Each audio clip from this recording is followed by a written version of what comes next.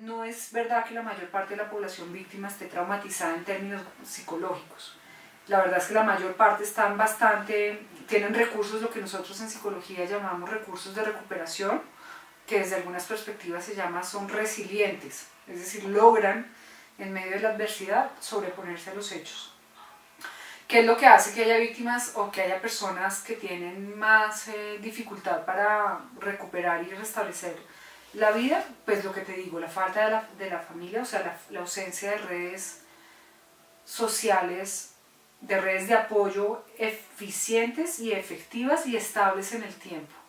La discontinuidad en el contacto, digamos, significativo es un factor fundamental, y eso pues tiene que ver con la estructuración de las familias y la pérdida de las redes sociales, los amigos, etc.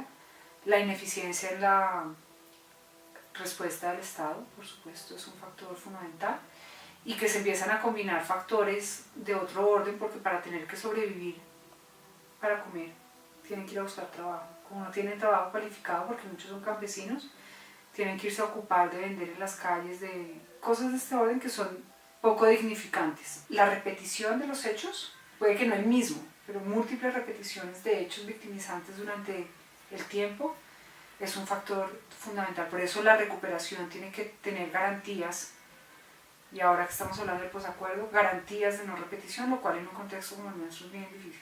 Todo esto es la restitución de tierras, de poder reparar en el sentido de poder saber cuáles fueron las causas del daño que se recibió, dónde quedaron enterrados los propios muertos. Todas esas cosas ayudan a la reparación integral, digamos. Obviamente el tema económico, por supuesto, pero sobre todo restituir la confianza es lo más difícil, lo más demorado. Entonces, en ese sentido, la recuperación y la reconciliación es un proceso que va de lo colectivo a lo personal y de lo personal a lo colectivo. ¿Qué implica en el término personal? La verdad. La verdad es un factor fundamental, que las víctimas puedan conocer la verdad de los hechos y esa verdad sea visible. La recuperación no tiene que ver con no recordar, con olvidar, eso no es, sino tiene que ver con poder entender cómo fue que pasó y haber podido seguir construyendo una vida que vale la pena ser vivida, ¿sí? Entonces, tú ves que esas secuelas, de todas formas, o esas consecuencias se mantienen intergeneracionalmente. Entender que eso que pasó, se están haciendo las cosas para que se minimice la probabilidad de que vuelva a ocurrir, ¿sí? Que es la garantía de no repetición.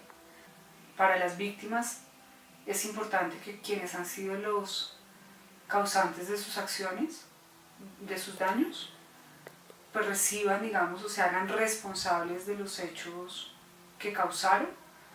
Y cuando hablo de justicia no se habla de cárcel, sino se habla de las acciones de restablecimiento que los perpetradores de los crímenes deben hacer para tratar de restablecerle a las personas que han dañado pues, las condiciones propicias, digamos. Entonces es devolver las tierras, devolver los cadáveres de las personas, o decir dónde quedaron, o contar, digamos. Esa parte es muy importante. Entonces, verdad y justicia son fundamentales para la reparación. Lo segundo es que haya una atención, un acompañamiento mantenido en el tiempo por parte del Estado, que, digamos, permita a las familias, a las comunidades y a los individuos ir generando en un tiempo prudencial, no afanadamente, sus propios procesos de autosostenibilidad. Es decir, es muy importante que las ayudas, que los soportes del gobierno no sean aislados en el tiempo, sino que haya continuidad. Reconocer y conocer las condiciones del contexto cultural y psicosocial más inmediato de las víctimas. Digamos que buena parte de las dificultades que se producen con el daño, con lo que se llama acción con daño, tiene que ver con que llegan profesionales a trabajar con víctimas sin conocer las características culturales, la historia del conflicto que las personas han vivido. No son las mismas condiciones del conflicto en todas las regiones del país, ni las personas las viven de la misma manera. Un entrenamiento muy cuidadoso en lo que implica el trabajo psicosocial y el trabajo terapéutico, en mi caso, que es lo que en terapia llamamos la acción sin daño. No todas las acciones ni todos los procesos de acompañamiento son inocuos. Hay cosas que son realmente nocivas para grupos, para personas, para comunidades.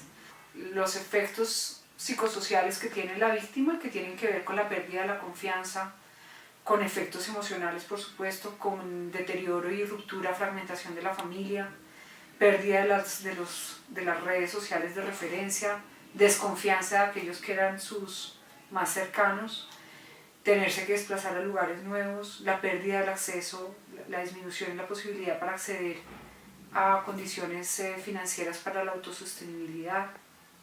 Entonces eso genera una serie de consecuencias psicológicas porque se acompañan de momentos de tristeza, las personas empiezan a tener alteraciones para dormir, cosas de ese orden, hasta cosas mucho más severas, según la literatura, que tienen que ver con tener síntomas de estrés postraumático o de trauma agudo.